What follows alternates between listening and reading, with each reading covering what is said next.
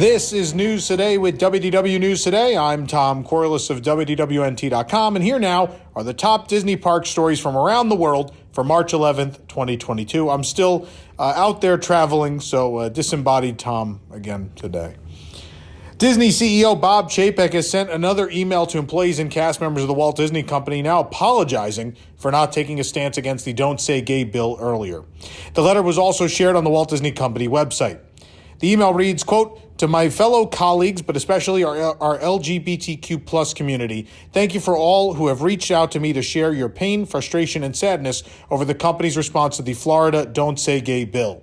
Speaking to you, reading your messages, and meeting with you have helped me better understand how painful our silence was. It is clear that this is not just an issue about a bill in Florida, but instead yet another challenge to basic human rights. You needed me to be a stronger ally in the fight for equal rights, and I let you down. I am sorry. Our employees see the power of this great company as an opportunity to do good. I agree. Yes, we need to use our influence to promote that good by telling inclusive stories, but also by standing up for the rights of all. Starting immediately, we are increasing our support for advocacy groups to combat similar legislation in other states. We are hard at work creating a new framework for our political giving that will ensure our advocacy better reflects our values. And today we are pausing all political donations in the state of Florida pending this review.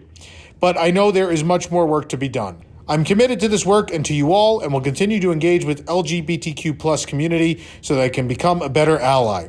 You will hear more about our progress in the coming weeks. I truly believe we are in an infinitely better and stronger company because of our LGBTQ plus community.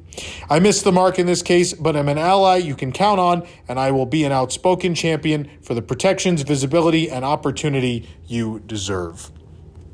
So, obviously, this has been a crazy week for the Walt Disney Company of, really not taking a stance and then kind of taking a stance and then having to apologize on top of that.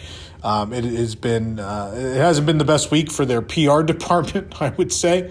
And now a full-blown apology, which some are still saying is even too late. And, even beyond this giant issue, this CEO has already been under scrutiny for business decisions and how cast members of all backgrounds have been treated as far as financials and benefits and, being furloughed or fired or all of those things. So this is just, oil already on a fire that has been burning for a long time. He's never going to repair this. The damage was done before, and now maybe even more so irreparably at this point. He's just going to, run out his time is basically where we're at, I think. But it's never going to get better for him. It's just not. During the shareholder question and answer segment, a shareholder from New Mexico asked Bob Chapek to bring back the Premier Annual Pass, which of course allowed access to both the Walt Disney World and Disneyland Resort theme parks. Chapek thanks the shareholder for his enthusiasm and suggestion, noting that the shareholder belonged to a unique small club of people who could buy and use a pass for Disneyland and Walt Disney World. But Chapek promised the shareholder he would look into bringing it back. I assume there's many of you who watch the show who are in that unique small club of people that's not actually as small as you might think. So we'll see. Maybe the Premier Passport will return in some way, shape, or form. Also, during that question and answer portion, a shareholder asked him about the Disney Parks projects announced before the pandemic that have since been shelved. And Chapek pointed to the pandemic as a reason that projects such as the EPCOT Mary Poppins attraction have been on hold. He specifically said on hold. He did list several projects that went forward, but obviously many did not. Mary Poppins was one of those, but again, he did use the words on hold.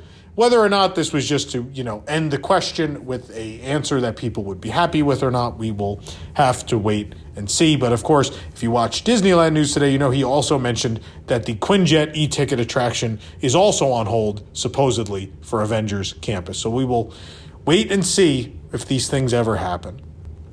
Walt Disney World has announced all of their St. Patrick's Day treats that will be available during the next week. You can head on over to our website to check out the full list of what will be there. Imagineers are beginning to push and pull test the Tron Light Cycle Run vehicles at the Magic Kingdom. This testing means the Light Cycle trains will be slowly dragged through the entirety of the track of the coaster. Once Imagineers know the track is ready, the trains will begin launch tests at incremental speeds, working up to full speed launches with test weights. Guests will be able to see the vehicle testing on the exterior portion of Tron Light Cycle Run from Tomorrowland. You can watch the behind-the-scenes video on our website. A new Minnie Mouse ear headband that would fit right in at the purple wall has arrived at Walt Disney World. They have purple and silver color schemes, and the edges of the ears are purple, and they're covered in tiny silver sequins. The bow is purple with shiny four-pointed stars and dots, and the outside of the headband is covered with an iridescent silver fabric, while the inside is covered with purple velour. We found these at the Emporium for $29.99. Meanwhile, at Star Traders at the Magic Kingdom, we discovered a new Space Mountain tee. The black t-shirt has the iconic Space Mountain building with a starry background, and below it says Space Mountain and flights departing daily from Tomorrowland. The t-shirt costs $24.99. The Disney Festival of Fantasy Parade has returned to the Magic Kingdom after 2 years. It is the first non-holiday parade to return to Walt Disney World, and March 9th was also its 8th anniversary. You could read all about it on our website. There were many changes, some budget cuts, not surprising, and of course some musical changes, all related to Disney's inclusivity efforts. You can watch the full video right here on our channel. Meanwhile, the Festival of Fantasy Parade at Magic Kingdom and the Disney Stars at Red Carpet Dreams at Hollywood Studios will be added as selections to Disney Genie Plus starting March 11th.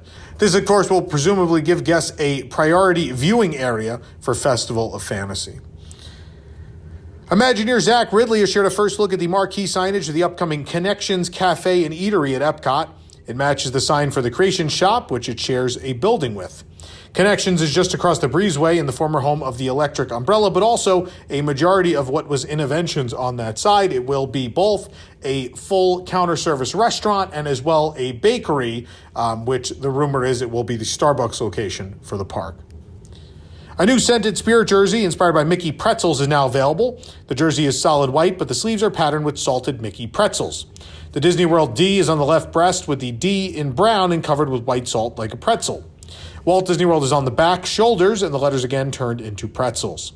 The sleeves also have tiny white squares of salt around the pretzels, and a giant Mickey pretzel is at the bottom of the back of the Spirit jersey. We found it at Creation Shop in Epcot for $74.99. Walt Disney Imagineering presents the Epcot Experience will be closing permanently on March 14th, 2022. This, of course, has worked as a preview center of sorts for the Epcot expansion.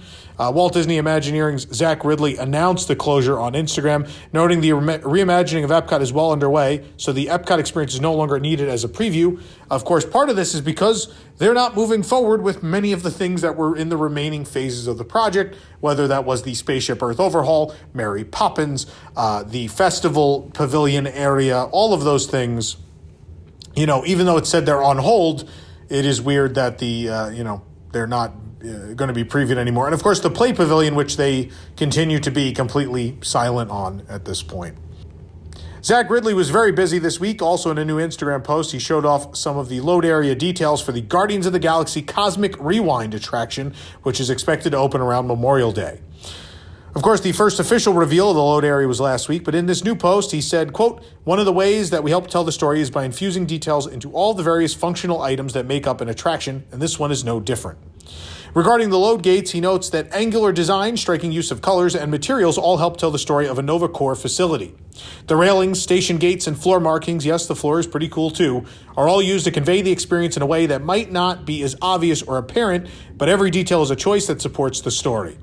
Seen in these new close-up images of our station gates have a weight and scale to them to help them convey the industrial nature of the area. Handrails made from stainless steel give a sturdy and durable feel and show the precision craftsmanship of the Nova Core. He also highlighted the presence of Nova Core insignias and imagery throughout the attraction, such as this prominent illuminated logo, and a smaller star blaster, similar to the one outside the attraction, is also part of the queue area. Guests can now book a Starlight safari tour at Animal Kingdom Lodge for Earth Day, April 22nd and later. Disney Parks shared the news on Instagram, quote, "Just in time for Earth Day, the thrilling Starlight Safari Tour at Animal Kingdom Lodge is now bookable, again for dates beginning April 22nd and beyond. Climb aboard an open-sided safari vehicle and witness the wild as it comes to life on an after-dark safari tour. Feel the rush of the night air as you rumble through the lush scenery, scanning the horizon for over 30 species of African wildlife on this popular nighttime expedition. This nighttime tour lasts approximately an hour. It's available exclusively to guests ages 8 years and older. Guests under 18 years of age must be accompanied by a participating adult who is 18 years or older. The experience is $89 a person. You can learn more and check availability on the Walt Disney World website.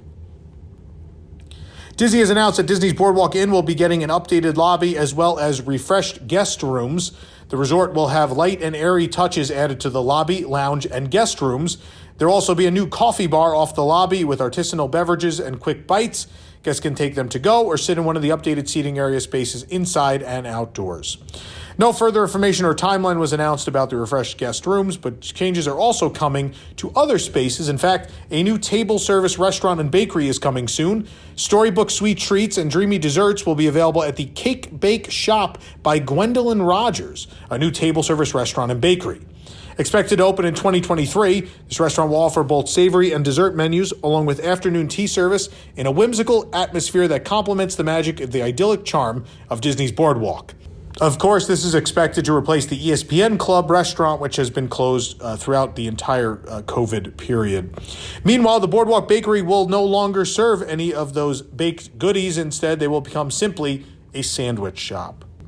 St. Patrick's Day is a week away, and you can get in on the spirit with a limited-time treat from the Gasparella Island Grill at the Grand Floridian.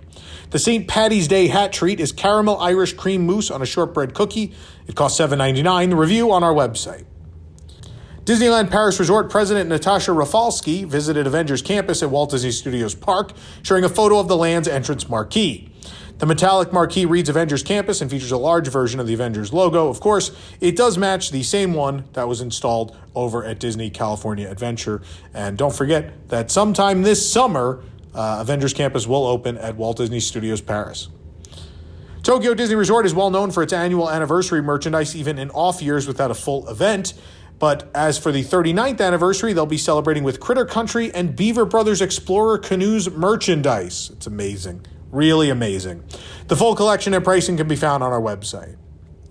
Tokyo DisneySea's 20th anniversary isn't over just yet, and a new addition to the nostalgia-focused collection of merchandise has been announced, with Mickey plushes donning anniversary costumes in muted colors coming May 10th. Of course, celebrating all of the major DisneySea park anniversaries, including the grand opening. You can head on over to our website to check them out. A new Lily Pulitzer collection will be launching at Disney Parks on March 14th, 2022. Disney shared a sneak peek of some of the new items in a TikTok video. The print on the new merchandise is a light blue with tropical pink flowers, fruits, and palm trees. Cinderella Castle, Mickey, and Minnie are also pictured. You can check out the full collection at WDWNT.com. Of course, for the latest Disney Parks news, head on over to WDWNT.com and follow us on all your favorite social media platforms. This program is brought to you by our official travel agent sponsor, The Vacationeer, the engineers of your next magical vacation. Sit back and let their team of vacation planning experts craft your family's next trip. The best part, their services are free. Visit WDWNT.travel for details. If you're enjoying the show, be sure to like this video, subscribe to WDW News Today on YouTube for more great content, and click the bell for notifications. Also, hit select all notifications so you never miss an episode of the show. You can even support the entire team behind the show by joining the WDWNT Interglobe Society at patreon.com/WDWNT. For the worldwide leader in Disney Parks news, this is Tom Corliss saying, enjoy the rest of your today and have a great, big, beautiful tomorrow. From WDWNT, the worldwide leader in Disney Parks news, this is Park Center. Join us each week for news and discussion topics from the Disney and Universal theme parks around the world. We cover the top stories in a quick, concise, and fun format. Then our panel breaks down and debates some of the biggest issues and what they mean for us, the Parks fans. From the latest announcements to openings and delays to scandals and snacks and merchandise and more, we cover it all in 90 minutes. Join us live every Sunday night at 8 p.m. Eastern on youtube.com/WDWNT, or watch episodes on demand anytime. Or subscribe to the audio version of the show on your favorite podcast app.